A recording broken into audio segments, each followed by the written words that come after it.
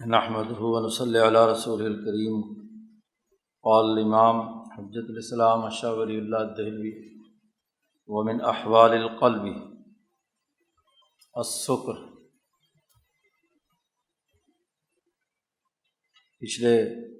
اس باب کے اندر جو گفتگو چل رہی ہے وہ مقامات کے حوالے سے ہے۔ قلب کے کتنے مقامات ہیں وہ پیچھے ہم نے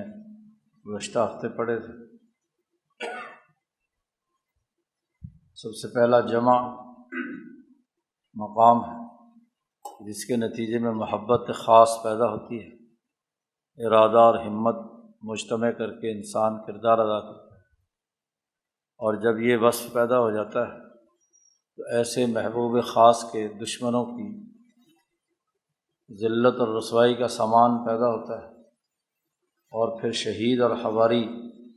دو مزید مقامات پیچھے بیان کیے گئے تھے اور ان کا فرق بیان کیا گیا تھا۔ قلب کے جو مقامات ہیں، ان مقامات کے حصول کے راستے میں جو احوال طاری ہوتے ہیں وہ یہاں آج کے اس سبق کے مطالعے میں ہمارے پیش نظر ہے۔ اس حوالے سے شاہ صاحب نے 4 بنیادی احوال بیان کیے ہیں۔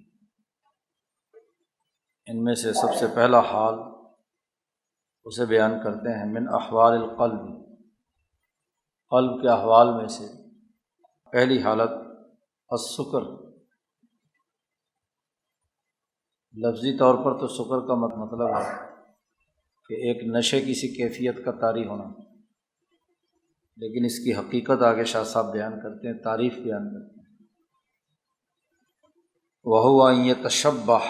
نُورُ الْإِيمَانِ فِي الْعَقْلِ ثُمَّ فِي الْقَلْبِ۔ ایمان کا نور انسان کے سب سے پہلے عقل میں آتا ہے، جو عقل کے مقامات میں پیچھے بیان ہو چکا ہے۔ تو ایمان اور یقین کی کیفیت جب انسان کی عقل میں ہو اور عقل سے وہ انسان کے قلب میں اترے، کیونکہ یہ بات طے شدہ ہے کہ انسان کے قلب پر جو چیز حقیقت میں آتی ہے وہ عقل کے راستے سے ہی آتی ہے۔ سب سے پہلے خیال عقل میں آتا ہے، پھر وہ خیال قلب میں منتقل ہوتا ہے۔ تو عقل میں جب نور ایمان پختہ ہو گیا، یقین کی اعلیٰ درجے کی کیفیت پیدا ہو گئی، عقل روشن ہو گئی، تو یہ نور قلب کی طرف منتقل ہوتا ہے، اور جب قلب کی طرف منتقل ہوتا ہے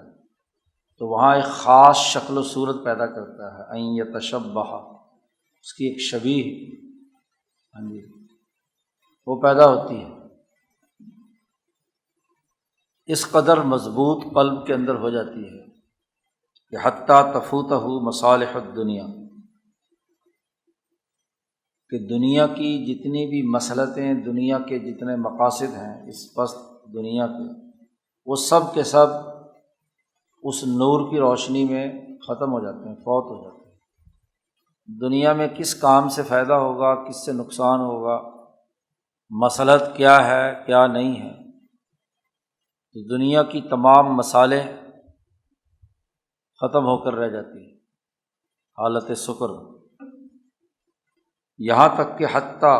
یحب ما لا یحبہ الانسان فی مجرا طبیعتی، انسان جن کو اپنی طبعی ضرورت اور تقاضوں کے مطابق جن چیزوں کو پسند کرتا ہے، اس کی ان چیزوں کی پسندیدگی بھی ختم ہو جاتی ہے۔ طبعی محبت بھی اس کے وجود سے خارج ہو جاتی ہے۔ قلب پر وہ نور اتنا مستولی ہو جاتا ہے اور اس کے ذریعے سے پورا وجود اس کے رنگ میں ایسا رنگا جاتا ہے کہ نہ تو دنیا کی مصلحتیں، حکمتیں، دنیا کے تقاضے اس کے پیش نظر رہتے ہیں، نہ اس کی جو طبعی ضروریات یا تقاضے یا طبعی محبت سے متعلق امور ہیں وہ اس کے سامنے رہتے ہیں۔ اس کی حالت ایسے ہی ہوتی ہے جیسے ایک نشئی ہو، فَيَكُونُ شَبِيهًا بِالسُّكْرَانِ، جیسے نشے کی حالت میں ہو۔ المتغیر عن سنن عقلہ و عادتہ، اپنی عقل اور عادات کے اعتبار سے گویا کہ وہ بدل چکا ہے، یعنی اس کی عقل طبیعی اور قلب طبیعی کی کیفیت ختم ہو گئی، وہ عقل بھی خالصتاً نورانی ہو گئی اور قلب بھی اس نور ایمان کے رنگ میں ایسا رنگا گیا کہ اس کی جو اپنی طبیعی عادات اور اطوار ہیں عقل اور قلب کی، وہ ختم ہو گئی۔ تو جب آدمی میں یہ طبیعی سمجھ بوجھ ختم ہو جائے تو نشے کی سی کیفیت ہوتی ہے۔ کسی کا نام نشہ ہے، یہ انیستھیسیا والے ڈاکٹر جو ہیں جب کسی کو بے ہوش کرتے ہیں تو دراصل اس کے نتیجے میں کیا ہوتا ہے، اس کا قلب اور اس کے عقل کے جو احساسات اور ادراکات ہیں وہ ختم ہو جاتے ہیں۔ اب یہ تو اس نشے کے ذریعے سے اس کو بے ہوش کرتے ہیں، یا کوئی نشہ پینے والا جب نشہ پیتا ہے تو اس کے نتیجے میں کیا ہے، وہ ختم ہو جاتا ہے۔ اصل تو سکر یہ ہے کہ نور ایمان عقل سے قلب پر اترے اور قلب کو اتنا مدہوش کر دے، جیسے تیز لائٹ میں آدمی چندھیا جاتی ہے آنکھیں، تو جو طبیعت کے، قلب کے، عقل کے تمام تقاضے اور مصلحتیں ہیں وہ اس تیز روشنی میں چندھیا گئے، اب اس کے علاوہ اس کو کچھ اور چیز نظر نہیں آتی۔ اصل سکر کی کیفیت تو یہ ہے۔ اب صوفیہ کی کتابوں میں لوگ لکھا ہوا دیکھتے ہیں کہ سکر ایک حالت ہے جو قلب کے مقامات تک پہنچانے کا ذریعہ ہے۔ اب ہونا تو یہ چاہیے کہ نور ایمان سے عقل روشن ہو اور قلب روشن ہو اور پھر یہ کیفیت پیدا ہو، تو یہ ایک حالت ہے۔ لیکن ہوتا کیا ہے، آپ نے دیکھا ہے کہ مزاروں پہ چرسی پھر رہے ہوتے ہیں جی، سلفے پی رہے ہوتے ہیں، اور وہ جو مصنوعی نشہ ہے اس کے ذریعے سے کہتے ہیں جی ہم پہ وجد طاری ہو گئی، ہاں جی، سکر کی کیفیت طاری ہو گئی۔ ایسی چیزیں پی کر سکر طاری ہو تو یہ کوئی تصوف کا یا احسان کا مقام نہیں ہے، یہ تو آپ نے ہاں جی نشہ کر کے اپنے آپ کو کیا ہے، پاگل بنا لیا ہے۔ اس کا تعلق اس نور ایمانی کے ساتھ نہیں ہے جو عقل اور قلب سے تعلق ہے۔ اب اس کی مثالیں دو تین دی ہیں یہاں پر شاہ صاحب۔ مثلاً شاہ صاحب نے اس کی مثال دی حضرت ابو الدرداء رضی اللہ تعالیٰ عنہ کی۔ ان کی قلبی حالت سکر کی سی تھی، تو اس میں وہ اپنا تذکرہ کرتے ہوئے کہتے ہیں احب الموت اشتیاقا الی ربی، میں موت کو پسند کرتا ہوں اپنے رب کی طرف شوق اور اشتیاق کی وجہ سے۔ چونکہ قلب کا بنیادی کام محبت ہے، ارادہ ہے۔ پہلے جو مقام بیان ہوا تھا کہ جمع الارادہ، جس کے نتیجے میں محبت پیدا ہوتی ہے، تو اللہ تبارک و تعالیٰ کے ساتھ ملاقات کی، یعنی یقین جب پیدا ہوا عقل میں حضرت ابو الدرداء رضی اللہ تعالیٰ عنہ کے، اور وہ قلب پر اترا، تو محبت کا مرکز قلب تھا، تو قلب نے اس نور الہی کے ساتھ ملنے کے شوق میں محبت موت کے ساتھ قائم ہونے کا اظہار کر رہے ہیں کہ میں موت کو پسند کرتا ہوں، حالانکہ انسان طبعی طور پر موت کو ناپسند کرتا ہے۔ طبعی طور پر کوئی انسان مرنا نہیں چاہتا۔ پھر وہ مصلحتیں جو زندہ رہنے کے حوالے سے خود نبی اکرم صلی اللہ علیہ وسلم نے بیان فرمائی ہیں کہ ایک آدمی کی عمر جتنی لمبی ہوگی اور نیک عمل کرے گا تو اس کے اعمال میں اضافہ ہوگا، تو یہ مصلحت شرعیہ بھی سامنے ہے۔ لیکن جب قلب پر اشتیاق الہی، شوق الہی غالب آ گیا تو موت کو کیا ہے، پسند کرنا شروع کیا۔ یہ وہی بات ہے جو نبی اکرم صلی اللہ علیہ وسلم نے فرمائی کہ جس نے اللہ سے ملاقات کی محبت پالی، من احب لقاءہ، جو اللہ کی ملاقات کی محبت پیدا کرتا ہے تو اللہ بھی اس سے محبت کرتا ہے۔ یا اسی طرح ابو درداء فرماتے ہیں کہ وہ احب المرض مکفرا لخطیئتی، میں مرض کو پسند کرتا ہوں کہ میرے گناہوں کا کفارہ بن جائے۔ اب طبیعی طور پر ہر انسان مرض کو ناپسند سمجھتا ہے، تکلیف کو کون قبول کرتا ہے،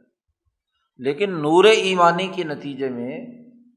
وہ اپنی اس حالت کا تذکرہ کر رہے ہیں کہ مجھے مرض پسند ہے کہ جس کے نتیجے میں کیا ہے، میرے گناہوں کا کفارہ ہو جائے۔ جی، اور ایک تیسری بات ارشاد فرمائی کہ وہ احب الفقر تواضعا لربی، میں فقر کو پسند کرتا ہوں کہ میرے پاس کوئی مال و بال نہ ہو، فقر کی حالت ہو، محتاجگی کی حالت ہو، تاکہ تواضعا لربی، اپنے رب کے لیے سامنے تواضع کے لیے۔ اب تینوں باتیں، موت، مرض اور فقر، اب یہ کوئی دنیا کا عام صوفی یہ نہیں کہہ رہا، صوفیہ کہتے ہیں، لیکن اس کی اصل سند ابو درداء رضی اللہ تعالیٰ عنہ جو صحابی رسول ہے وہ اپنی حالت بیان کر رہے ہیں۔ اسی سے صوفیہ نے وہ احوال اخذ کیے ہیں کہ صحابہ نے کیسے ان چیزوں کو کیا ہے بیان کیا ہے۔ تو اب یہ تینوں چیزیں طبیعی طور پر ہر انسان کو ناپسند ہوتی ہیں۔ مصلحت کا تقاضا بھی یہ ہے کہ انسان صحت مند ہو تو اچھے کام کرے گا، بیمار آدمی کیا کام کرے گا؟ ایسے ہی مال آدمی کے پاس ہو تو اچھے طریقے سے آدمی کام کرے گا، فقیری کے اندر کام کرنا تو خاصا مشکل ہے۔ تو مصلحت عقلیہ اور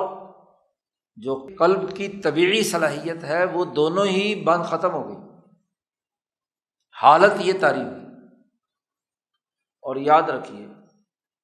جب سلوک اور احسان طے کیا جاتا ہے یا کروایا جاتا ہے تو جب انسان کا اس عالم شہادی سے عالم غیب کی طرف سفر ہو رہا ہوتا ہے تو قلب کے توڑنے کے لیے یہ حالت جب تک طاری نہ ہو وہ اوپر کے منزل میں نہیں جا سکتا۔ جی، جب تک یہ کیفیت پیدا نہ ہو شکر کی، اس وقت تک اس نے گویا کہ سلوک کی ابھی الف بات بھی نہیں سیکھی۔ یہ پہلا مرحلہ ہے جس کے ذریعے سے قلب کی تمام طبیعی محبتیں ٹوٹ جائیں اور جو ایمان و یقین کی محبت ہے وہ اس کے اندر راسخ ہو جائے۔ ایک مثال یہ، دوسری ایک اور مثال دی، جیسا کہ حضرت ابو ذر غفاری رضی اللہ تعالیٰ عنہ کا حال تھا، ان کی جتنی بھی کیفیت ہے وہ حالت شکر کی ہے۔ ابو ذر غفاری رضی اللہ تعالیٰ عنہ طبعی طور پر مال جمع کرنے یا مال کے ساتھ تعلق کو ناپسند سمجھتے، من کراہیتہ للمال بطبعہ، اور مالداری سے انہیں بغض تھا۔ کسی کے پاس مال دیکھتے اور اس کے خلاف تقریر شروع کر دیتے۔ شام میں تھے، حضرت عثمان رضی اللہ تعالیٰ عنہ کے دور خلافت میں حضرت امیر معاویہ کے پاس شام گئے ہوئے تھے۔ اب وہاں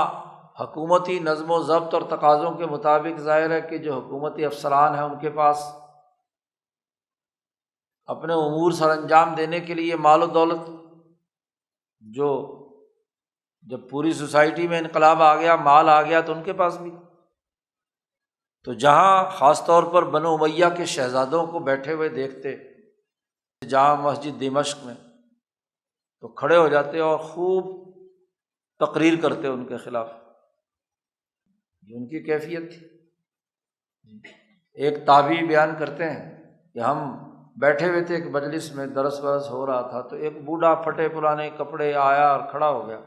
اور اس نے ان کے خلاف تقریر کی کہ تم غفلت میں ہو، سرمایہ پرستی پیدا ہو گئی، یہ ہو گیا وہ ہو گیا، بڑی انہوں نے جھاڑ پٹی کی۔ لوگوں نے جو بیٹھے ہوئے تھے سنی انسنی کی، اور بعد میں وہ ایک جگہ کونے میں جا کر علیحدگی میں ٹیک لگا کے بیٹھ گئے۔ تو میں نے لوگوں سے پوچھا کہ یہ بابا جی کون ہیں؟ انہوں نے کہا یہ ابو ذر غفاری رضی اللہ تعالیٰ۔ تو میں ان کے پاس پہنچ گیا اور وہاں میں نے ان سے کچھ سوالات شروع کیے۔ تو انہوں نے کہا کہ میرے خلیل نے مجھے وصیت کی تھی کہ مال نہ جمع کرنا۔ تو انہوں نے پوچھا آپ کا خلیل کون ہے، آپ کا دوست کون ہے جس نے یہ بات کہی؟ انہوں نے کہا رسول اللہ صلی اللہ علیہ وسلم۔ تو مال کی محبت کے خلاف، اور پھر وہ نہیں دیکھتے تھے کہ یہاں تقریر کرنی ہے یا نہیں کرنی، بڑے دربار میں شروع ہو جاتے، مسجد میں شروع ہو جاتے، حتیٰ کہ مسائل پیدا ہونے شروع ہوئے۔ ہاں جی، ظاہر ہے کہ حکومتی کاموں کے لیے وسائل کی ضرورت ہے اور اس کو استعمال میں لانا ہے، اور وہاں بھی ہے تو وہاں بھی وہ۔ تو حضرت امیر معاویہ نے پھر حضرت عثمان کو لکھا کہ یہ حضرت ابو ذر غفاری رضی اللہ تعالیٰ عنہ کو مہربانی کر کے اپنے پاس بلا لو، یہاں سسٹم چلانا مشکل ہو رہا ہے۔ تو انہوں نے حضرت عثمان نے انہیں اپنے پاس بلا لیا۔ اب جب یہاں آئے تو یہاں بھی مسجد نبوی میں وہی تقریریں اور وہی سب کچھ جی۔ تو حضرت عثمان نے پھر ان سے کہا کہ آپ ایسے کریں، ربضہ چلے جائیں، 6-7 میل کے فاصلے پر ایک گاؤں ہے، جگہ ہے، مقام ہے مدینہ منورہ سے، تو وہاں ان کو کہا کہ وہاں منتقل ہو جائیں۔ جو دیہات میں وہاں، تو وہاں جو لوگ ملنے جاتے تو وہ وہی لباس خود پہنتے جو اپنے غلام کو پہناتے، کھانا بھی اس کو اپنے ساتھ کھلاتے، سارے عدل و مساوات کا جتنا بھی ان کا نظریہ تھا وہ اپنی اس چھوٹی سی کٹیا کے اندر رہتا تھا۔ تو جو بین الاقوامی انقلاب کے لیے شام میں حضرت امیر معاویہ حکمت عملی مصلحتوں سے کام لے رہے تھے، تو وہ پوری پلاننگ جو ہے وہ گڑبڑ ہو رہی تھی، اس لیے ان کو وہاں ربضہ میں بھیج دیا۔ تو ان پر ایک حالت طاری تھی، اس کو شاہ صاحب کیا کہتے ہیں کہ یہ نشے کی سی حالت ہے، سکر۔ تو مصالح عقلیہ بھی ان کے سامنے نہیں ہے اور نہ طبیعی تقاضے ان کے سامنے ہیں، دونوں چیزوں سے انہیں تو مال و دولت اور ثروت سے بوجھ تھا، اور طبعی طور پر وہ مال کی کراہیت رکھتے تھے۔ اس طرح کراہیت رکھتے تھے جیسے کوئی آدمی پیشاب پخانے سے کراہت رکھتا ہے، ایسے ہی سرمایہ پرستی سے، دولت سے اتنے دور بھاگتے تھے۔ شاہ صاحب کہتے ہیں کہ دیکھو وَلَيْسَ فِي مَجْرَى الْعَادَةِ الْبَشَرِيَّةِ، بشری عادت کے تقاضوں کے مطابق اس طرح کی محبت اور اس طرح کی ناپسندیدگی نہیں ہو سکتی۔ دنیا کا نظام کیسے چلے گا اگر آپ ان تمام چیزوں سے اسی طرح کراہت اختیار کریں اور طبی تقاضوں کو اس طرح نظر انداز کریں، تو سسٹم تو نہیں چل سکتا۔ لیکن ان دونوں بزرگوں کی حالت یہ ہے کہ لَكِنَّهُمَا غَلَبَ عَلَيْهِمَا الْيَقِينُ، ان دونوں کے اوپر یقین اتنا غالب تھا کہ حتیٰ خرجا من مجرى العادہ، دونوں انسانی جو بنیادی عادت اور دائرہ ہے اس کے دائرے سے باہر نکل گئے۔ ابو درداء کے تصوف کی حالت اور حضرت ابو ذر غفاری کی تصوف کی حالت یہ تھی، یہ ایک حالت تھی شکر کی۔ صوفیہ کا اصول اور ضابطہ یہ ہے کہ اس وقت ان کو کسی تنہائی میں، کسی ایسی جگہ پر جو حضرت عثمان نے کام کیا تھا وہاں ان کو وقت گزارنا چاہیے، ورنہ تو اگر ان کی تقریریں اس طرح کے تصوف کی بیان ہونا شروع ہو جائیں تو باقی باہر کا سسٹم سارا کا سارا چوپٹ ہو جائے گا۔ تو جب وہ اگلے مرحلے میں داخل ہو جائے، دوبارہ اس کے مقابلے میں سکر کے مقابلے میں مقام ہے صحف کا۔ یہ وہی سکر ہے جو منصور کو لاحق ہوا تھا اور اس کو پھانسی چڑھنا پڑا۔ یقین کی کیفیت عقل کے راستے سے قلب پر اتنی حاوی ہو گئی اور تجلی اعظم قلب کے اندر اس طرح منکشف ہوئی کہ پورا وجود اس کے رنگ میں رنگا گیا۔ انہوں نے کہا کہ انا الحق، حق بھی میں ہی ہوں۔ تو یہ سکر کی حالت ہے۔ صحابہ کا معاملہ تو یہ تھا کہ نبی اکرم صلی اللہ علیہ وسلم کی صحبت سے سکر کے اس مقام تک تو ان کا پہنچنا ممکن نہیں تھا، جی اس لیے ابو ذر غفاری کو عثمان نے کہا تو فوراً انہوں نے عمل کیا کہ جو خلیفہ وقت حکم دے رہا ہے تو اس حکم پر عمل ہونا چاہیے۔ اور چونکہ سیاست اور عمارت اور حکومت کے معاملات سے ان کو کوئی دلچسپی نہیں تھی،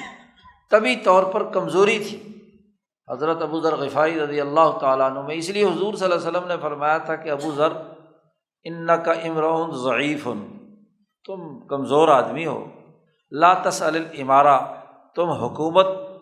یا گورنری مت مانگنا کیونکہ یہ تمہارے بس کی بات نہیں ہے۔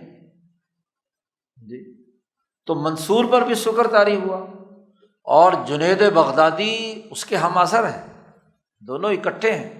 حارث محاسبی کے دونوں شاگرد ہیں، حارث محاسبی سے دونوں نے تصوف سیکھا، لیکن جنید بغدادی اس سکر کی حالت سے نکل کر اگلے مرحلے میں داخل ہوئے، صحو جسے کہتے ہیں، ہوش میں آنا، کہ وہ نور بھی قلب میں ہو، عقل میں بھی ہو، اور پھر عقل تمام مسالے کو بھی دیکھے، اور جو قلب کی طبیعت ہے وہ طبعی تقاضوں کا بھی ادراک رکھے، اس کو صاد کے ساتھ صحو کہتے ہیں جی، ہوش کی حالت۔ تو سکر کے مقابلے میں صحو کی حالت ہے۔ تو جو لوگ تو سکر میں ایک خاص دائرے تک رہیں اور توفیق الہی شامل ہو تو پھر وہ اس سے نکل کر آگے۔ تو جنید نے بڑا سمجھایا، جنید بغدادی رحمۃ اللہ علیہ نے، کہ بھائی منصور یہ باتیں چھوڑ دو، ہاں جی یہ باتیں کہو گے تو ظاہر ہے شریعت کی خلاف ورزی ہوگی، اور جو شریعت کی خلاف ورزی ہوگی، حتیٰ کہ جب وہ پھانسی چڑھا رہے تھے علماء سارے مل کر، تو اس وقت بھی جنید نے آخری بات ان کو سمجھائی، وہاں موجود تھے جی۔ تو اب وہ چونکہ خاص کیفیت اور حالت میں ہے، اس لیے ان کی زبان سے یہ چیز، تو نشئی آدمی جو ہے، جو سکر کی حالت میں ہے، اس پر شرعی حکم لگتا ہے کوئی؟ یہی دلیل ہے جی، جو ہمارے بزرگوں نے اس پر کتابیں لکھ کر منصور کی حمایت اور اس کے جو رویے ہیں اس کی وضاحت کی ہے، کہ اصل معاملہ تو منصور کا یہ تھا، وہ تو یقین کہ ایسے مقام پر تھے کہ وہاں یہ کیفیت طاری ہوئی۔ اب جسم، اور یہ ان لوگوں کا ہوتا ہے کہ جن کی ملکیت عالیہ ہوتی ہے، عقل بھی اونچی ہوتی ہے، قلب بھی اونچا ہوتا ہے، لیکن جسم اس کا ساتھ نہیں دے رہا ہوتا،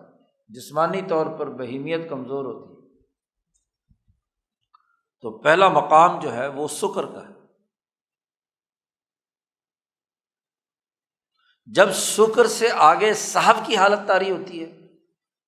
تو پھر قلب کے کچھ اور احوال بھی ہیں، کہ ومن احوال القلب الغلبہ، جب آدمی اس حالت سے اوپر چلا جاتا ہے، اس کی طبیعی قوتیں بحال ہو جاتی ہیں، اس کی عقلی صلاحیتیں وجود میں آ جاتی ہیں، صحو کی حالت ہوتی ہے، تو اس پر غلبہ طاری ہوتا ہے۔ اس نور الہی کے تقاضے سے اللہ کے کسی حکم کا کوئی غلبہ اس پر ہوتا ہے۔ اس غلبے کی پھر دو قسمیں ہیں۔ شاہ صاحب کہتے ہیں والغلبۃ غلبتان، ایک غلبہ وہ ہے غلبۃ داعیۃ منبجسۃ من قلب المؤمن حین خالطہ نور الایمان، نور ایمانی، عقل سے نور ایمان اور نور یقین قلب پر اترتا ہے، تو اس قلب سے وہ داعیہ ابھرتا ہے اس یقین اور ایمان کی کیفیت کے تحت۔ اور یہ جو عقل سے تجلی اعظم یا تجلی یا صورت الہیہ یا یقین کی جو نور کی کیفیت ہے، جب قلب پر اترتی ہے تو قلب طاقتور ہوتا ہے۔ اب ان دونوں کے ملنے سے ایک جوش پیدا ہوتا ہے دل میں، فَطَفَحَتْ طُفَاحَةً مُتَوَلِّدَةً مِنْ ذَلِكَ النُّورِ وَمِنْ جِبِلَّةِ الْقَلْبِ، یعنی جن لوگوں کی جسمانی طاقت بھی اعلیٰ درجے کی ہوتی ہے، بہیمیت، پہلی حالت تو ان کی ہوتی ہے جن کی قلب کی کیفیت یا بہیمیت کمزور ہوتی ہے، اس لیے ان پر ایک نشے کی سی کیفیت ہوگی۔ اس لیے آپ دیکھتے ہیں کہ جو آدمی جسمانی طور پر کمزور ہوتا ہے، اینستھیسیا کا ڈاکٹر اس کو بہت ہلکا سا نشہ دیتا ہے، کیونکہ وہ تھوڑے سے نشے سے ہی بے ہوش ہو جاتا ہے۔ اور جو ڈیل ڈول کا اور بہیمیت اس کی مضبوط ہوتی ہے اور اس کا طاقتور ہوتا ہے، تو اس کو نشہ اس سے زیادہ دینا پڑتا ہے، تب جا کے کہیں وہ بے ہوش ہوگا، ورنہ تو آپریشن کے دوران ہوش آ گیا کام خراب ہو جاتا ہے۔ اب جس کا قلب بھی مضبوط ہے، بہیمیت بھی اس کی مضبوط ہے اور ملکیت بھی عالیہ ہے، تو جب نور ایمان عقل سے قلب پر آتا ہے تو قلب کی طاقت اور جبلت کے ساتھ مل کر ایسا جوش پیدا ہوتا ہے، اور جوش سے ایک جھاگ بنتا ہے۔ تفاحہ آپس کی مکسنگ سے جو جوش پیدا ہو کر اوپر جو چیز تر کر آتی ہے، جیسے بلویا جاتا ہے نا دودھ دہی، تو مکھن اس کے اوپر آ جاتا ہے۔ اب فصارت داعیتاً و خاطراً، اس نور ایمانی کے تقاضے سے قلب کے اندر ایک خاص خیال اور ایک خاص داعیہ جذبہ پیدا ہوتا ہے۔ ایسا جذبہ پیدا ہوتا ہے کہ لا یستطیع الامساک عن موجبہا، اس داعیے اور جذبے کے نتیجے میں جو کچھ ہونا چاہیے وہ اگر روکنا بھی چاہے تو رکے گا نہیں، کیونکہ وہ قلب مومن میں نور ایمانی جو عقل سے قلب پر آیا ہے اس کے نتیجے میں پیدا ہوا ہے۔ پھر اس غلبے کی بھی پھر دو قسمیں ہیں۔ پہلا غلبے کی قسم یہ ہے کہ وافقت مقصود الشرعی اولا، چونکہ اس کی جو داعیے کی جو بنیادی پیدائش ہے وہ قلب کی جبلت سے ہوئی ہے، کیونکہ جب انسان اعضاء جب کام کاج کرتے ہیں تو قلب کے داعیے سے کرتے ہیں نا، جب تک قلب ارادہ پختہ نہ باندھے تو اعضاء حرکت میں، تو قلب چونکہ ارادوں کا مرکز ہے تو اصل پیدائش اس داعیے کی کہاں ہوئی ہے؟ قلب میں۔ نور ایمانی جب پڑا اور اس کے نتیجے میں اس کے اندر ابال آیا، اس ابال نے اس کے اندر کیا ہے؟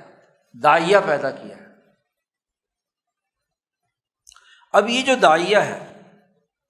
وافقت مقصود الشرعی اولا، وہ شریعت کے مقاصد سے موافقت رکھتا ہے یا نہیں موافقت رکھتا؟ قطع نظر اس بات کی، شریعت کا اس وقت اس ماحول میں اس صورتحال میں مقصد اصل میں کیا ہے؟ یہ جو داعیہ پیدا ہوا ہے قلب مومن میں، یہ اس مقصد کے مطابق ہے یا نہیں ہے؟ بس داعیہ آ گیا، اور وہ داعیے اور جذبے کی اتنی شدت ہوتی ہے کہ وہ اگر روکنا بھی اپنے آپ کو چاہے تو روک نہیں سکتا۔ شاہ صاحب کہتے ہیں کیا مطلب ہے؟ ایک مومن کے قلب میں ایک جذبہ اور داعیہ پیدا ہو اور وہ شریعت کے مقاصد کے مطابق نہ بھی ہو، یہ کیسے ہو سکتا ہے؟ تو شاہ صاحب کہتے ہیں اس کی وجہ ہے، غور و فکر کرو، ذالک لأن الشرع یحیط بمقاصد کثیرہ، شریعت تو احاطہ کرتی ہے بہت سارے مقاصد، اس کے پیش نظر ہوتے ہیں۔ ایک جگہ پر اگرچہ ایمانی قلب کے مطابق کام ہونا چاہیے، لیکن وہاں وہ مقصد مطلوب نہیں، دوسرا مقصد مطلوب ہے، تیسرا مقصد مطلوب ہے، تو مقاصد بہت سارے ہو سکتے ہیں۔ اگلی مثال سے بات سمجھ میں آئے گی۔ لا یحیط بہا قلب ھذا المومن، اس مومن کا قلب تمام مقاصد شریعت کا احاطہ کیے ہوئے نہیں ہوتا، یہ اپنے خیال کے مطابق شریعت کے مقصد کو پورا کرنے کے لیے ہی اس داعیے پر عمل کرتا ہے۔ مثلا شاہ صاحب کہتے ہیں فربما، بسا اوقات ایک آدمی کے دل کے اندر رحمت کا داعیہ پیدا ہوا، انسانیت پر رحم کرنا چاہیے، نور ایمانی عقل سے قلب پر آیا اور اس نے قلب میں جوش پیدا کیا کہ جی تمام انسانیت سے بلا تفریق رنگ نسل مذہب محبت اور رحمت ہونی چاہیے۔ کہنے کو تو یہ مقصد شریعت کا ایک ہے، لیکن بعض مقامات پر شاہ صاحب کہتے ہیں کہ شریعت نے اس رحمت سے منع کیا، وقد نہر الشرع عنہا فی بعض المواضع، جیسے اللہ پاک نے کہا ہے کہ ولا تاخذکم بہما رأفۃ فی دین اللہ، کہ جو زانی اور زانیہ اگر زنا کا ارتکاب کریں اور اللہ کی حد کو توڑیں تو ان کو کوڑے مارنے میں یا رجم کرنے میں تمہارے دل میں رافت اور محبت ان مجرموں کے بارے میں نہیں پیدا ہونی چاہیے۔ اللہ خود رحمان ہے، رحیم ہے، نبی اکرم صلی اللہ علیہ وسلم کا وصف یہ ہے کہ آپ انسانوں کے لیے رؤوف الرحیم ہیں، تو رحمت مقصد شریعت ہے، لیکن یہ رحمت ہر جگہ پہ مقصد شریعت نہیں ہے۔ جب اللہ کے حکم اور قانون کو توڑتا ہے، نسل انسانی کے خلاف بغاوت ہوتی ہے زنا کی صورت میں، تو وہاں بھی رحمت کی بات آئے۔ تو چونکہ یہاں ایک جیتے جاگتے زانی انسان کو پتھر مار مار کر زندہ مار دینا،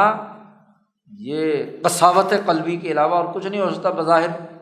تو ضرور طبی طور پر دل پسیجے گا کہ یار اس کو پتھر نہ مارا جائے، کوئی نہ کوئی اس کے بچاؤ کا راستہ نکال لیا جائے۔ تو اللہ نے وہاں خاص طور پر حکم دیا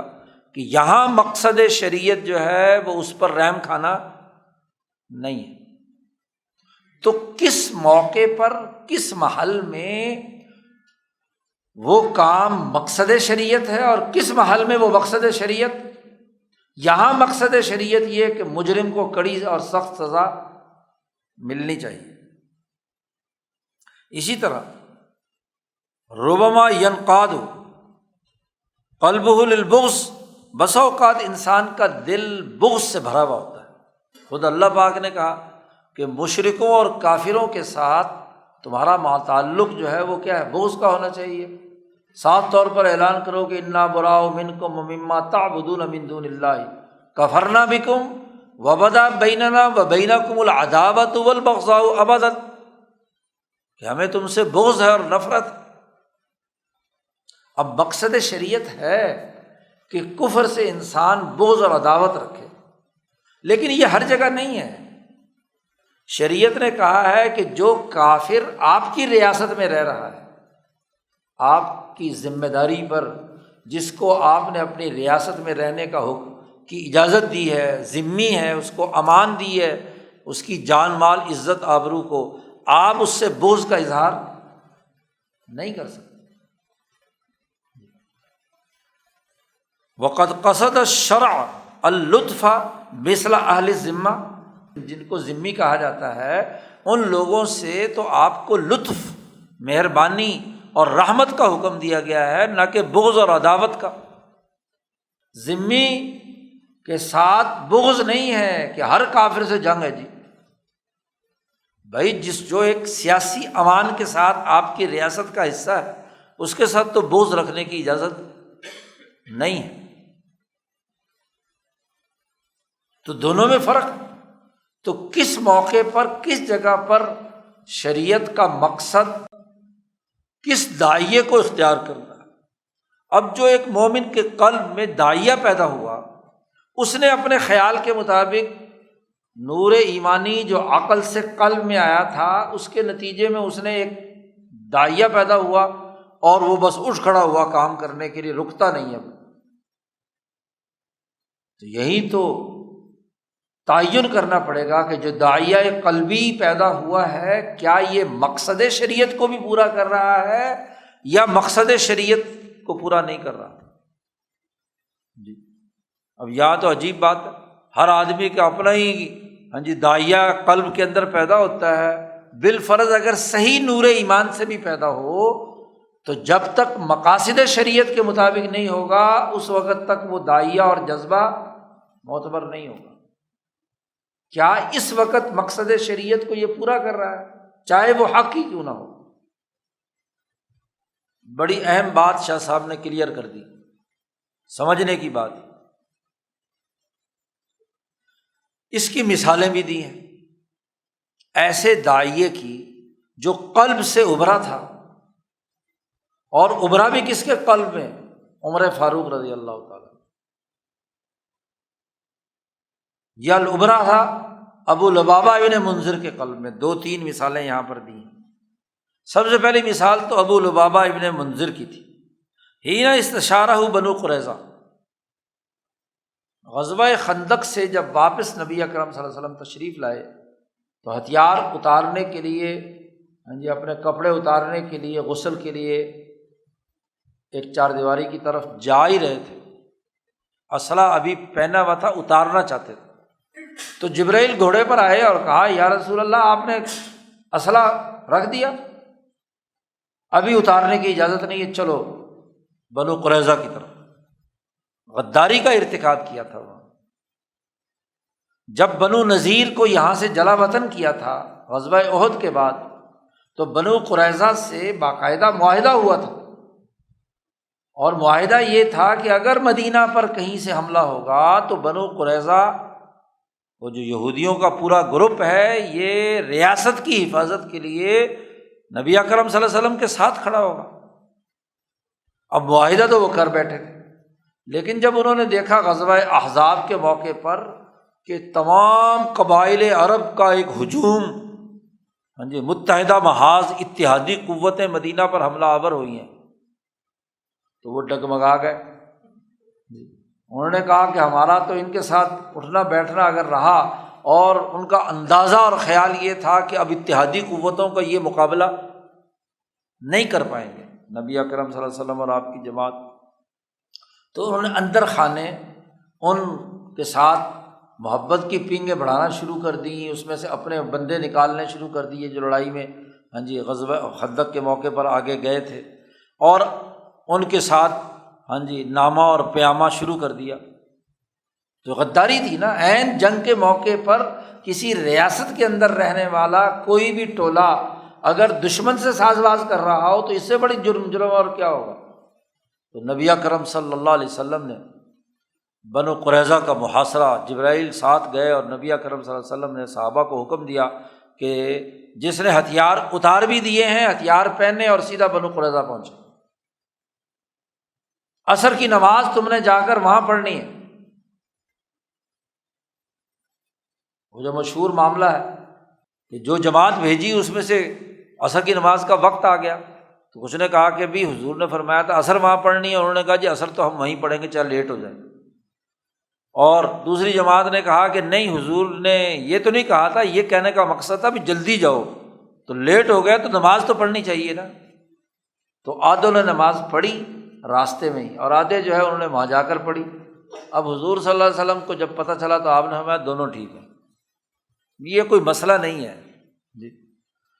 خیر، بنو قریظہ کا محاصرہ ایک لمبی مدت تک برقرار رہا، قلعے کے اندر وہ بند تھے، تو ان کا کھانا پینا ہر چیز جب بند ہو گیا تنگ آ گئے، حالانکہ ان کے پاس غلہ بھی بہت تھا، اسلحہ بھی بہت تھا، افرادی قوت بھی مضبوط تھی، لیکن اتنا رعب پیدا ہو گیا، قرآن کہتا ہے ان کے اوپر کہ مہینے 1.5 مہینے بعد ہی انہوں نے ہاتھ کھڑے کر دیے، انہوں نے کہا جی صلح کرنا چاہتے ہیں۔ اچھا جی، صلح کے لیے مذاکرات۔ تو اب حضور صلی اللہ علیہ وسلم نے ان سے کہا کہ بھائی تم اپنا نمائندہ مقرر کر دو، جو ایک ثالث بنا لیتے ہیں ہم بھی اور تم بھی، تم ثالث کا نام دو کہ جو وہ فیصلہ کرے گا اس پر عمل درآمد ہوگا۔ تو یہ جو سعد بن معاذ رضی اللہ تعالیٰ عنہ تھے، یہ اپنے قبیلے کے سردار تھے، اور بنو قریظہ کا زیادہ تر نبی اکرم صلی اللہ علیہ وسلم کی آمد سے پہلے ان کا آپس میں معاہدہ دوستانہ تھا۔ تو یہ جو صحابی ہیں ابو لبابہ بن منذر، یہ وہاں پیغام دینے گئے تھے کہ بھئی تم کوئی ثالث مقرر کرو، تو انہوں نے اشاروں کنایوں میں مشورہ کیا کہ ثالث ہمیں کسے مقرر کرنا چاہیے۔ تو سعد بن معاذ کی انہوں نے رائے آپس میں ان کی ہو رہی تھی کہ چونکہ جس قبیلے سے ہمارا یہاں پہلے مصالحت ہے تو اسی کے سردار کو ہم اپنا ثالث بنا لیتے ہیں۔ تو ابو لبابہ سے انہوں نے مشورہ کیا قلعے کی دیوار کے اوپر سے کہ بھائی یہ سعد کا ثالث بنانا کیسا رہے گا۔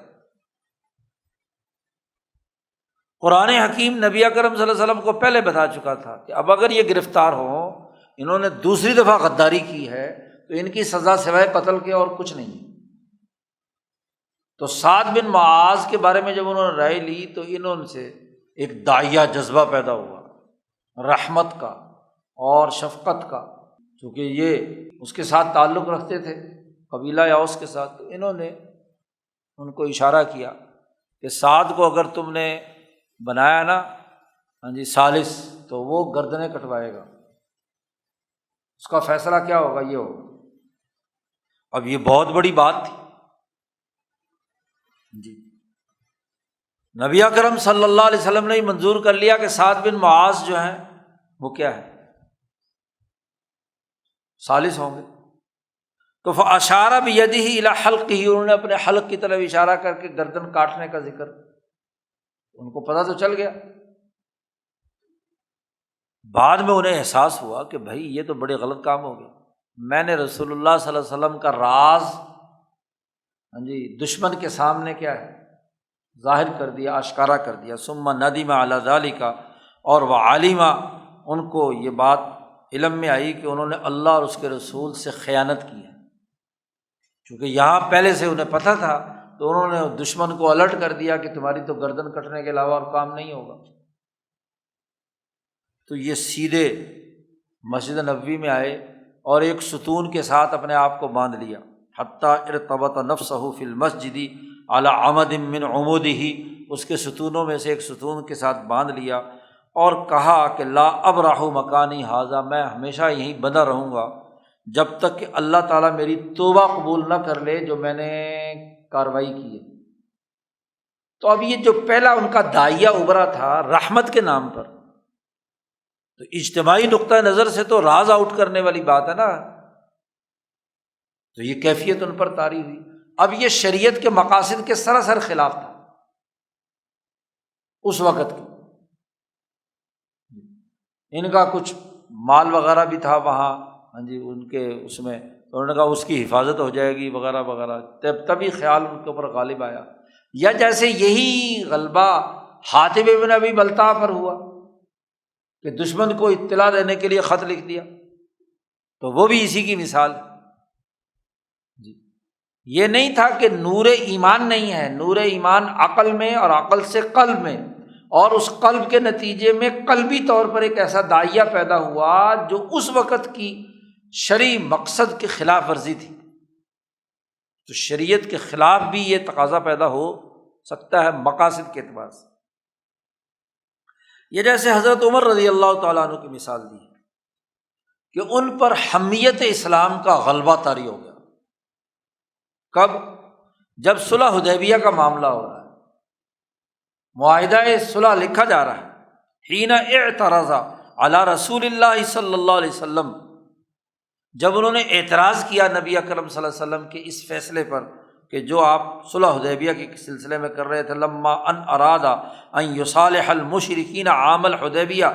حدیبیہ والے سال حضور نے مشرکین سے صلح کا ارادہ کیا، تو خود حضرت عمر فاروق فرماتے ہیں کہ میرے ساتھ کیا معاملہ ہوا کہ جیسے ہی یہ پتہ چلا انہوں نے، تو حضرت عمر کہتے ہیں میں چھلانگ مار کے سیدھا جا کر ابو بکر کے سینے کے سامنے کھڑا ہو گیا۔ اتا ابو بکر رضی اللہ تعالیٰ عنہ، میں نے کہا الیس برسول اللہ،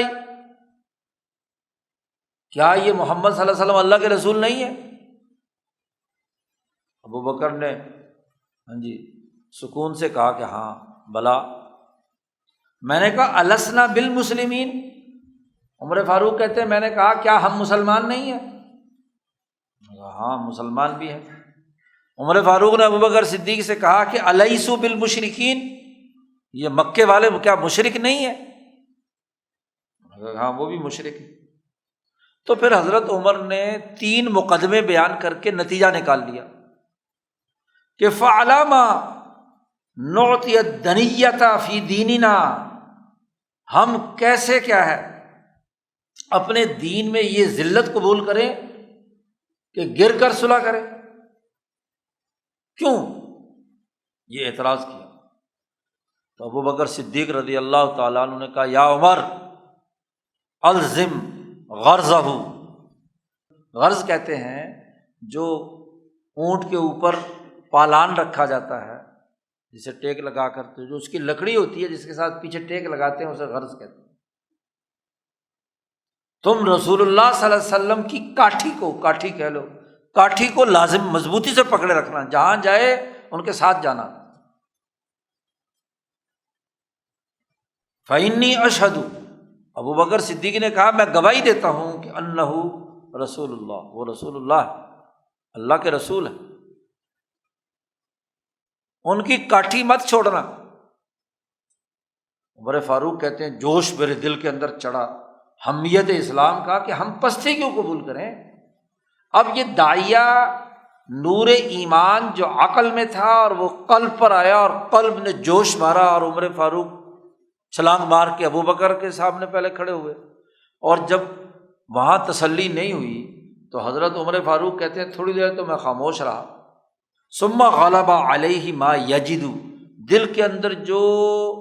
داعیہ پیدا ہوا تھا وہ مجھ پر غالب ہوا، حتیٰ اتا رسول اللہ صلی اللہ علیہ وسلم، حضور صلی اللہ علیہ وسلم کے پاس براہ راست پہنچ گیا، اور ان سے بھی وہی سوال و جواب کیے کہ کیا آپ اللہ کے رسول نہیں ہیں؟ کیا ہم مسلمان نہیں ہیں؟ کیا یہ مشرک نہیں ہے؟ تو پھر ذلت کی صلح کیوں قبول کر رہے ہیں؟ نبی اکرم صلی اللہ علیہ وسلم نے بھی بعینہ ہی وہی جواب دیا، کما اجابہ ابو بکر رضی اللہ عنہ، اور حضور نے فرمایا انا عبد اللہ، میں اللہ کا بندہ بھی ہوں اور اس کا رسول بھی ہوں، اور یاد رکھ عمر میں اللہ کے کسی حکم کی خلاف ورزی نہیں کر سکتا، لن اخالف امرہ، اور یہ بھی یاد رکھ مجھے میرا اللہ ضائع نہیں کرے گا اس صلح کے نتیجے میں۔ حضرت عمر فرماتے ہیں کہ اس وقت تو مجھے پتہ نہیں کیا ہو گیا کہ میں نے جا کر حضور سے اتنے سخت سوالات کیے۔ جب صلح حدیبیہ ہو گئی اور واپسی کا جب سفر شروع ہوا تو میں اب پیچھے چھپ رہا، میرے دل میں خیال آیا کہ یار یہ تو نے زیادتی کی ہے کہ حضور صلی اللہ علیہ وسلم سے اتنے سخت سوالات کیے، ابو بکر سے کیے، تو میں پیچھے پیچھے لشکر کے پیچھے پیچھے رہتا تھا۔ اور بعد میں فرماتے ہیں کہ جی حضرت عمر کہ میں اس کے بعد ہمیشہ اس غلط اپنے رویے پر مسلسل روزے رکھے، مسلسل صدقہ خیرات کیا، غلام آزاد کیے، نمازیں پڑھی، من الذی صنعت یومئذ، جو میں نے اس دن یہ حرکت کی تھی، اس ڈر سے کہ میرا یہ کلام جو میں نے گفتگو کی تھی اس کے خوفناک نتائج میرے سامنے ظاہر ہوں، حتیٰ کہ جب کثرت سے میں نے بہت سارے کام کیے تو پھر مجھے امید ہوئی کہ اب گرفت نہیں ہوگی۔ تو اب یہ داعیہ پیدا ہوا غلبے کا، اور اس داعیے کے تحت عمر فاروق نے یہ سخت سوال و جوابات کیے۔ اب ٹھیک ہے کہ حمیت اسلام کی وجہ سے اس معاہدہ صلح نامے میں عمر فاروق اپنی رائے پورے داعیے اور پوری طاقت اور قوت سے بیان کر رہے ہیں، لیکن مقاصد شریعت اس وقت یہ نہیں تھے۔ مقاصد شریعت اس وقت یہ تھے کہ جب مکے کے مشرک امن قبول کر رہے ہیں، حرم اور امن، جنگ اور لڑائی سے بچنے کے لیے، تو آپ صلی اللہ علیہ وسلم نے فرمایا کہ یہ اس وقت مقصد شریعت یہ ہے، یہاں غیرت اور حمیت کا مظاہرہ کرنا۔ جب عمر فاروق رضی اللہ تعالیٰ عنہ جیسے آدمی کی ایسے موقع پر غیرت یا ایک اعلیٰ ترین مقصد، اپنے خیال کے مطابق، اپنے مقصد کے مطابق ایسی غیرت کا مظاہرہ جو مجموعی طور پر انسان مسلمانوں کی اجتماعی مسلط کے خلاف تھی، تو اس کو بھی رد کر دیا۔ تو قلبی جوش داعیہ پیدا، میرے اندر داعیہ پیدا ہوا اس لیے میں نے یہ کام کرنا ہے۔ بھائی کیا یہ اجتماعی مسلط کے مطابق بھی ہے یا نہیں، یا بس تمہارا جوش ہے، تم نے جوش بھڑکا دیا؟ یہ غلبے کی پہلی قسم۔ اس کی ایک تیسری مثال بھی ہے جو شاہ صاحب نے یہاں پیش کی۔ ابو طیبہ ایک صحابی ہے، جراح ہے، یہ حجامہ کرتے تھے اور حجامہ کرتے تھے سینگ سے، کہ وہ سینگ کا جو کھلا حصہ ہوتا ہے جہاں سے کٹ لگا کر وہاں سینگ رکھا، اور سوراخ چھوٹا سا اوپر، اس سے جب کھینچتے تھے تو خون باہر آ جاتا تھا۔ اس نے نبی اکرم صلی اللہ علیہ وسلم کا انہوں نے حجامہ کیا، اور وہ جو خون نکلا تھا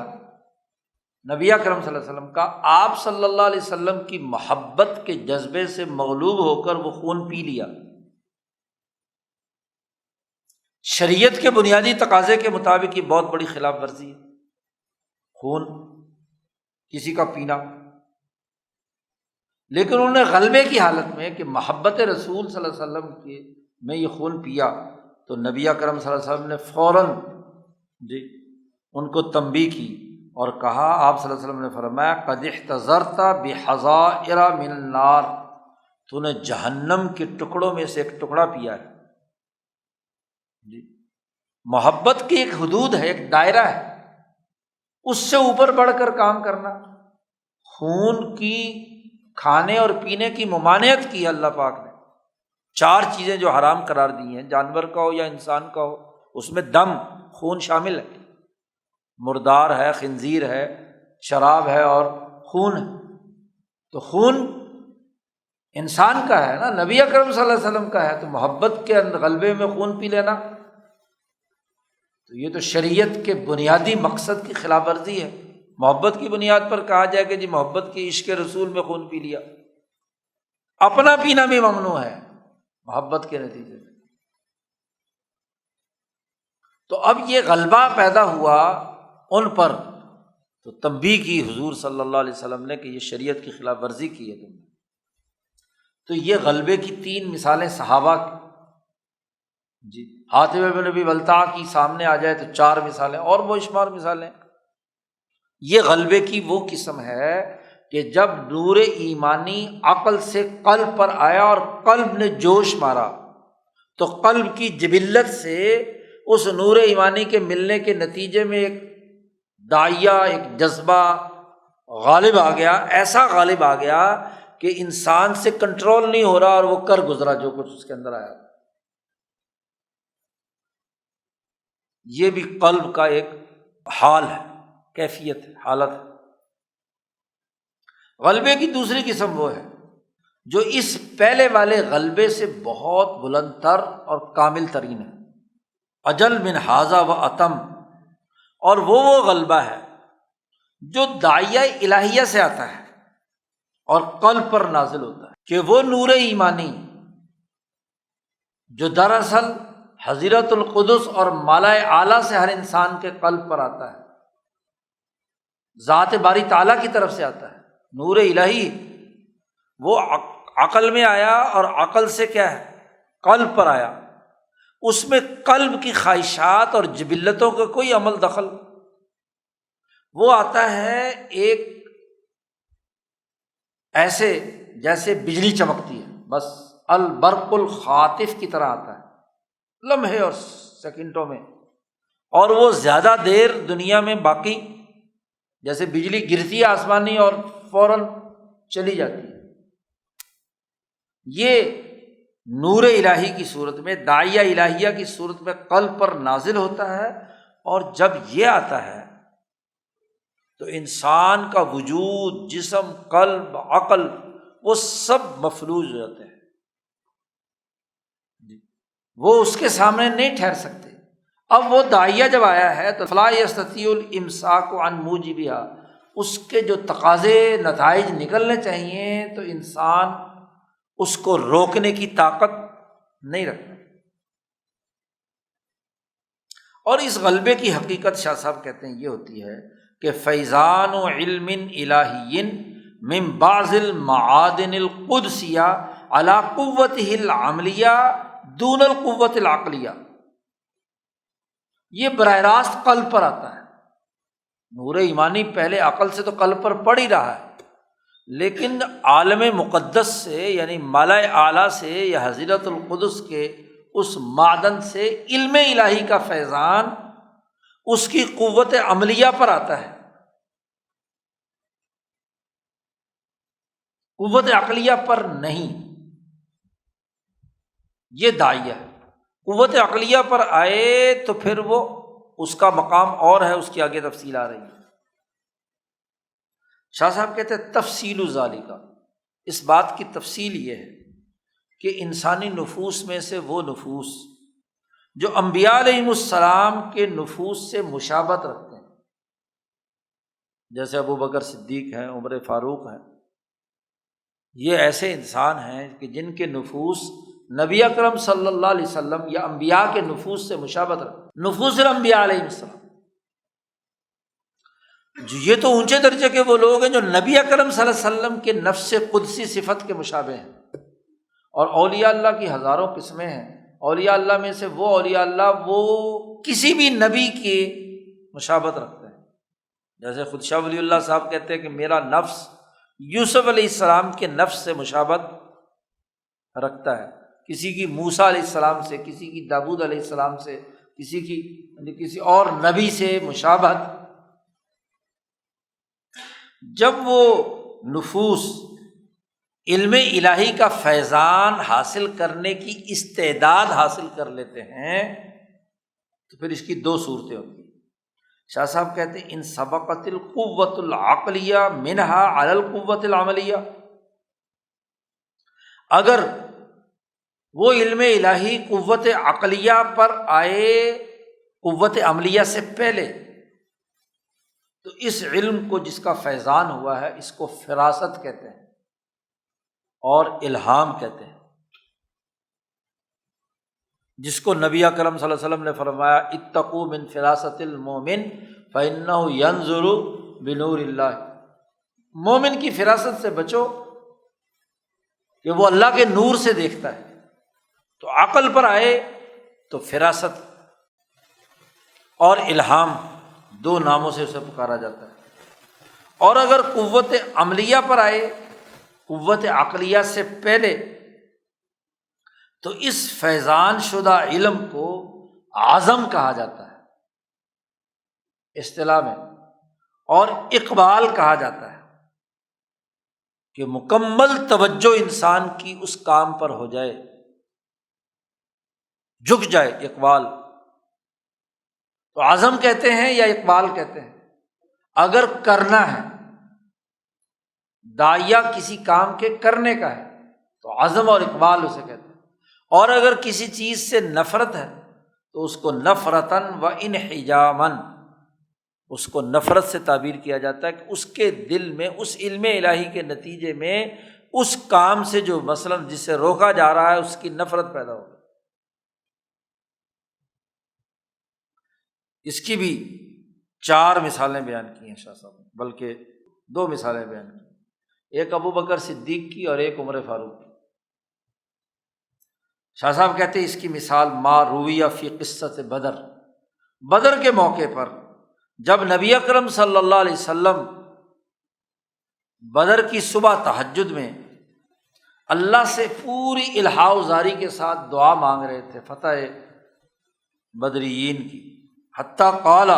یہاں تک کہ سجدے میں نبی اکرم صلی اللہ علیہ وسلم نے یہ بات فرمائی کہ اے اللہ میں تجھے تیرے عہد کی اور تیرے وعدے کی قسم دیتا ہوں، انشدو کا عہدہ کا و وعدہ کا، اور پھر یہ بھی کہا اللہم ان شئت لم تعبد بعد اليوم، اگر کیا تو یہ چاہتا ہے کہ آج کے بعد دنیا میں کوئی تیری عبادت نہ کرے؟ یاد رکھ اگر یہ میری جماعت شکست کھا گئی تو آج کے بعد کوئی بھی دنیا میں تیرا عبادت کرنے والا نہیں ہوگا، اور اگر عبادت کرنے والا چاہیے تو مجھے یہ جماعت کو فتح ہونی چاہیے۔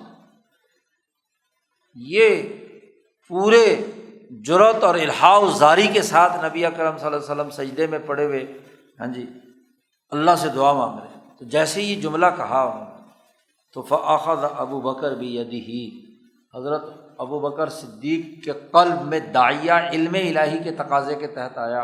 اور انہوں نے حضور صلی اللہ علیہ وسلم کا ہاتھ پکڑ کر اٹھا لیا اور ان سے کہا حسبک، کافی ہے، بس اس سے بڑھ کر اور کیا دعا ہوگی کہ اللہ سے کہا جا رہا ہے کہ تو نے عبادت کروانی ہے اپنی کہ نہیں کروانی،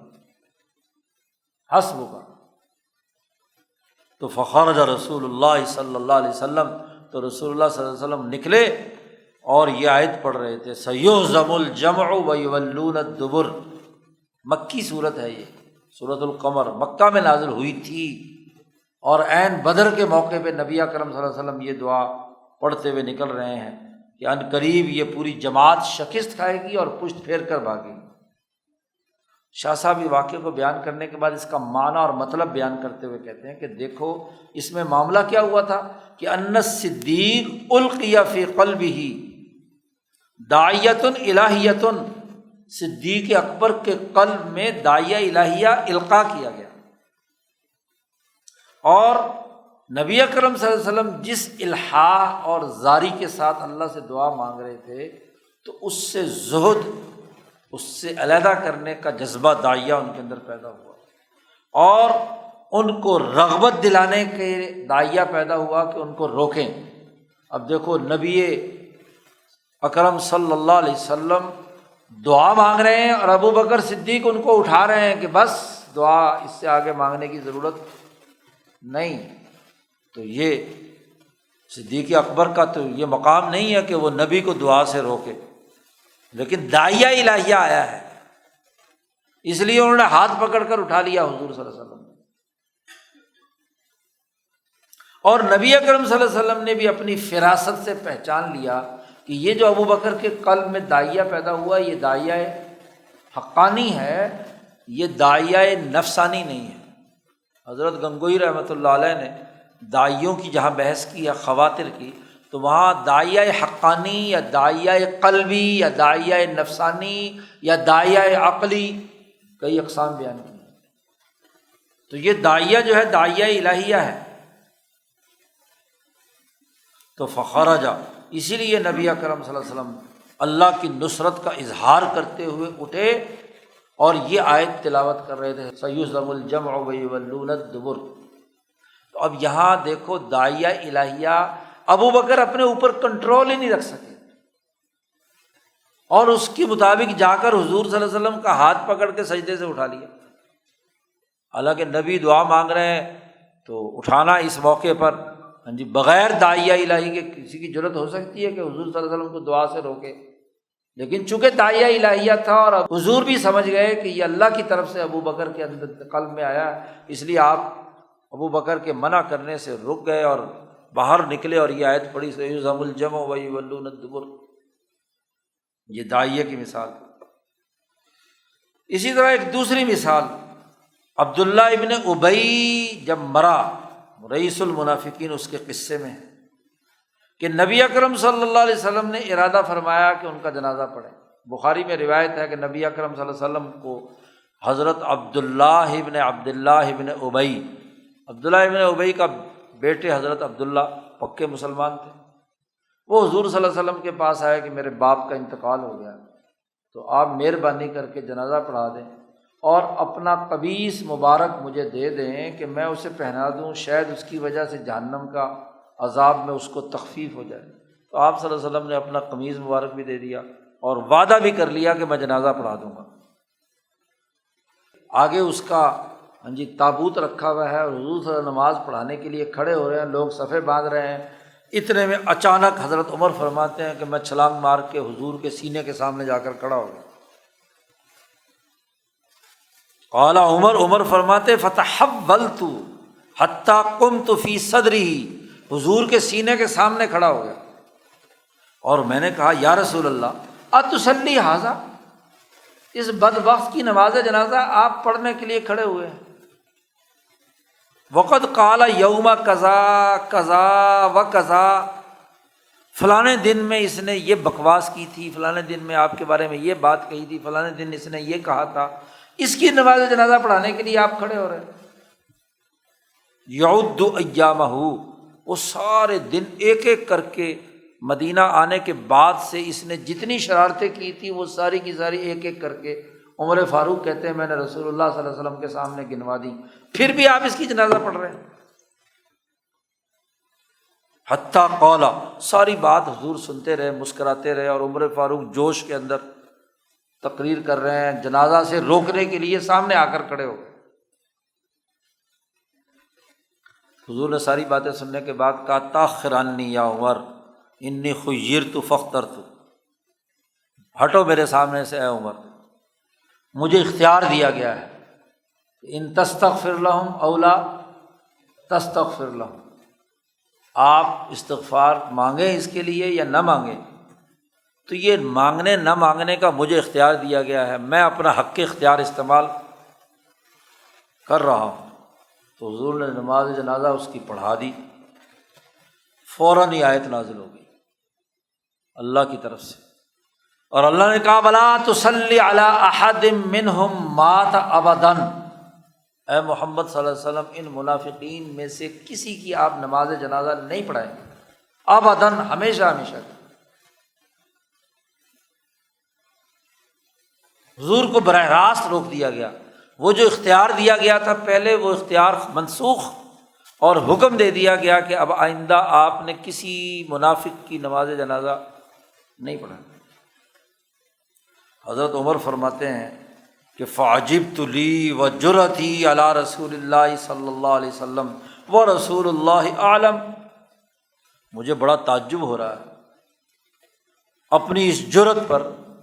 کہ حضور کے سامنے، سینے کے سامنے کھڑے ہو کر میں حضور صلی اللہ علیہ وسلم کو جنازہ پڑھانے سے روک رہا ہوں، تو کیا عجیب بات ہے، اپنی جرت کا خود ہی کیا ہے اظہار کر رہے ہیں کہ میں نے کس جرت کا مظاہرہ کیا، اسی لیے میرے جو میں نے روکا تھا اسی کے مطابق آیت بھی نازل ہو گئی کہ آئندہ نماز جنازہ نہیں پڑھانی۔ شاہ صاحب نے ان دونوں کو تفصیل سے بیان کیا ہے ازالۃ الخفا میں، جہاں عمر فاروق کے حوالے سے گفتگو ہے وہاں ان دونوں غلبوں کو بیان کیا ہے۔ شاہ صاحب کہتے ہیں دیکھو قد بین عمر الفرق بین الغلبتین افصح بیان، خود عمر فاروق نے دونوں غلبوں کا فرق بیان کر دیا۔ یہ صلح حدیبیہ پر جو میں نے کام کیا تھا اس غلبے کے برے اثرات کو روکنے کے لیے میں نے نمازیں پڑھی، غلام آزاد کیے، روزے رکھے، گڑ گڑایا، اللہ سے دعا مانگی کہ میں نے غلطی ہو گئی۔ اور یہ جو دوسرا عبداللہ بن ابی کے نماز جنازہ سے یا منافقین کے جنازے سے روکنے والا غلبہ ہے، اس کو خود ہی بیان کر رہے ہیں کہ دیکھو میری کتنی جرت تھی کہ میں نے کیا ہے روکا، کیونکہ یہ جو داعیہ ہے یہ اس آیت کے علم الہی کے نتیجے میں عمر فاروق کے قلب پر آیا تھا۔ تو فقال فی الغلبۃ الاولی، پہلے غلبے کے بارے میں کہا میں نے آزاد کیا، میں نے صدقہ دیا، روزہ رکھا، اور وقال فی الثانیۃ، اور دوسرے غلبے کے بارے میں کہا فعجبت لی وجرتی، تعجب ہے مجھے اپنی جرت پر اور اپنے اظہار پر۔ تو ان دونوں کلموں کا فرق یہ ہے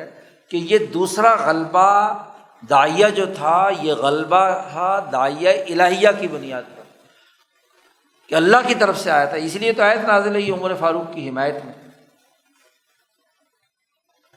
یا بدر کے جو قیدی تھے ان کی قتل کرنے کا جو عمر فاروق نے مشورہ دیا تھا، تو وہاں جو داعیہ تھا وہ داعیہ الہیہ تھا۔ تو ایک داعیہ الہیہ یا خطرہ حقانیہ کہلاتا ہے، اور ایک خطرہ یا غلبہ یا داعیہ جو ہے وہ نفس یا قلب سے پھوٹنے والا ہوتا ہے۔ لیکن جب بھی قلب کے اندر یہ کیفیت طاری ہوتی ہے، حالت طاری ہوتی ہے، تو انسان اس کو روک نہیں سکتا۔ قلب کے احوال میں سے یہ دوسری حالت تھی، سکر، اور اس کے بعد داعیے کا غلبہ، اور غلبے کی دو قسمیں۔ تیسری قسم احوال میں سے یہ ہے، قلب کے احوال میں سے،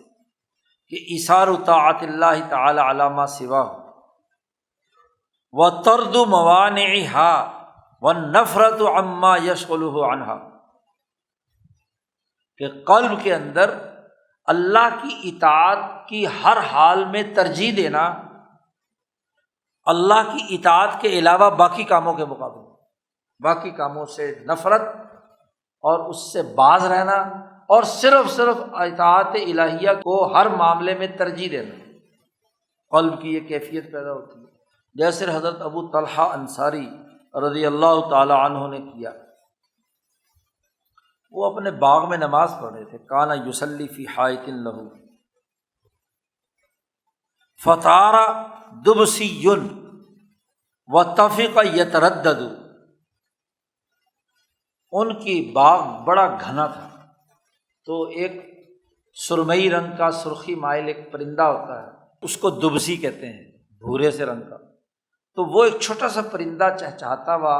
وہاں اڑتا ہوا آیا، اور اس جو باغ کا باغیچے کے جو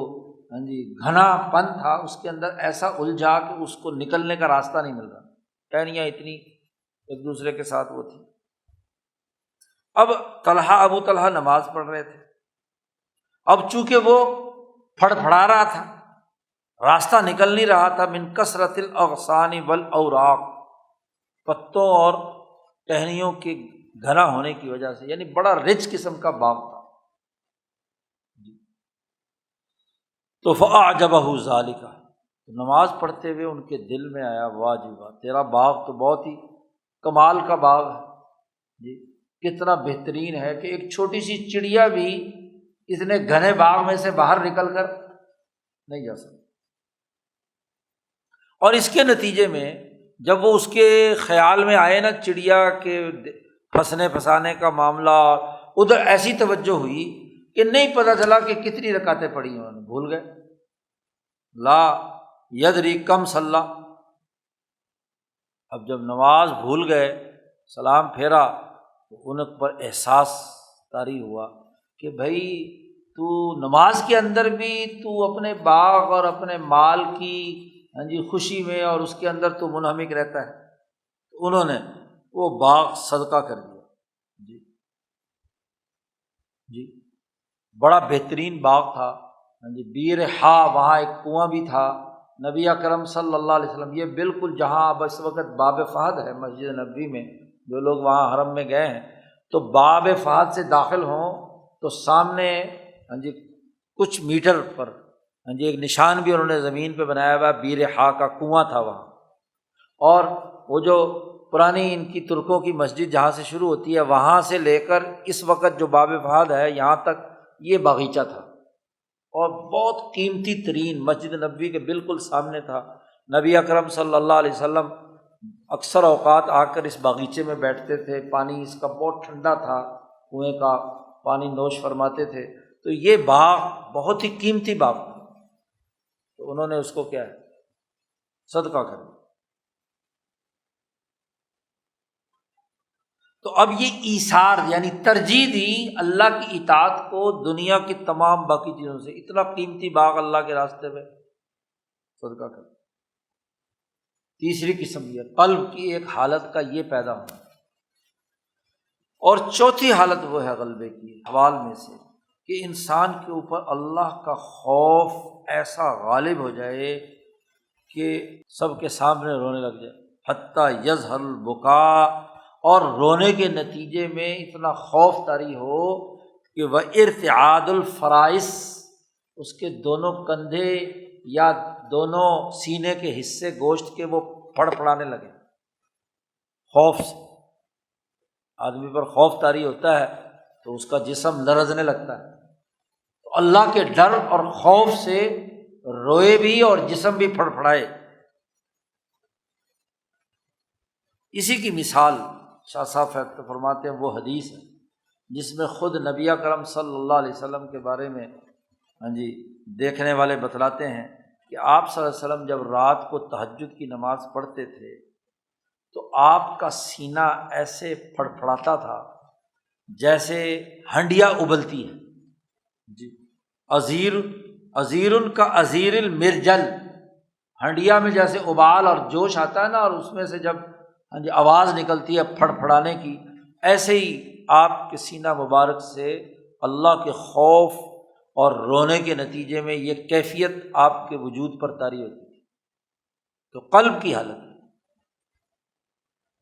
یا اسی طرح وہ حدیث جو دوسری جس میں نبی اکرم صلی اللہ علیہ وسلم نے فرمایا کہ 7 آدمی ایسے ہیں کہ 7 یظلہم اللہ فی ظلہ یوم لا ظل الا ظلہ، عرش کے علاوہ کسی کا سایہ نہیں ہوگا۔ تو اس میں ایک آدمی کا تذکرہ کیا ہے کہ رجل ذکر اللہ خالیا، ایک ایسا آدمی جو تنہائی میں اللہ کا ذکر کرے، کوئی نہ دیکھ رہا اسے، اللہ کا ذکر کرے اور اللہ کے ڈر اور خوف سے اس کی آنکھوں سے آنسو بہتے ہیں، وفاضت عیناہ، اس کی آنکھیں برسنے لگیں۔ اسی طرح نبی اکرم صلی اللہ علیہ وسلم کی ایک تیسری حدیث ہے، نبی اکرم صلی اللہ علیہ وسلم نے فرمایا کہ وہ آدمی کبھی جہنم میں داخل نہیں ہو سکتا، لا یلج النار رجل بکا من خشیت اللہ، جو اللہ کی ڈر سے روتا رہا، جس پر رونے کی کیفیت طاری ہوتی ہے اللہ کے ڈر سے، اس وقت تک جہنم میں داخل نہیں ہوگا جب تک کہ دودھ تھنوں میں واپس نہ چلا جائے۔ جا سکتا ہے حتیٰ یعود اللبن فی الزرع، نبی اکرم صلی اللہ علیہ وسلم نے فرمایا یہاں تک کہ دودھ واپس چڑھا دیا جائے تھنوں کے اندر، تو جانے کی واپس جانے کی کوئی شکل اس کی نہیں۔ تو جیسے دودھ واپس نہیں جا سکتا، ایسے ہی یہ رونے والا جہنم میں داخل نہیں ہو سکتا۔ یہ تو خود نبی اکرم صلی اللہ علیہ وسلم کی احادیث ہیں، اور آپ صلی اللہ علیہ وسلم کے پر خشیت اور خوف کا غلبہ ہے۔ اور حضور صلی اللہ علیہ وسلم کے بعد سب سے اونچے درجے کے لوگوں میں ابو بکر صدیق ہیں۔ حضرت ابو بکر صدیق کے بارے میں آتا ہے کان ابو بکر رجلاً بکا، حضرت ابو بکر صدیق بہت زیادہ رونے والے آدمی تھے، گریہ طاری ہو جاتا تھا۔ لا یملک عینیہ حین یقرأ القرآن، جب وہ قرآن پڑھنا شروع کرتے تھے تو انہیں اپنی آنکھوں پر کنٹرول نہیں تھا، آنکھیں ٹپ ٹپ آنسوؤں سے تر ہو جاتی تھی۔ اسی طرح جبیر بن مطعم کہتے ہیں میں نے نبی اکرم صلی اللہ علیہ وسلم سے سنا کہ وہ یہ آیت پڑھ رہے تھے کہ ام خلقوا من غیر شیء ام هم الخالقون، یہ پیدا ہو گئے بغیر کسی چیز کے یا یہ خود خالق ہیں۔ جیسے میں نے آیت سنی تو فکأنما طار قلبی، اس خوف سے میرا دل اڑنے لگا، خوف اور خشیت کی کیفیت طاری ہوئی۔ تو یہ بھی قلب کا مقام ہے کہ اللہ کے ڈر سے انسان پر غلبہ، خوف کا غلبہ ہو جائے۔ تو 4 احوال ہیں اور 4 ہی مقامات ہیں قلب کہ جو حالات ہیں ان میں سے شکر، اور پھر صاحب کی حالت میں داعیہ الہیہ کا غلبہ یا داعیہ قلبیہ کا غلبہ نور ایمانی کی وجہ سے، غلبے کی 2 قسمیں، اور یا ایثار اللہ کی اطاعت کا باقی تمام چیزوں پر، یا خوف اور خشیت کی حالت کا پیدا ہونا۔ یہ احوال قلب ہو گئے۔ آئندہ انشاءاللہ مقامات نفس پڑھیں گے۔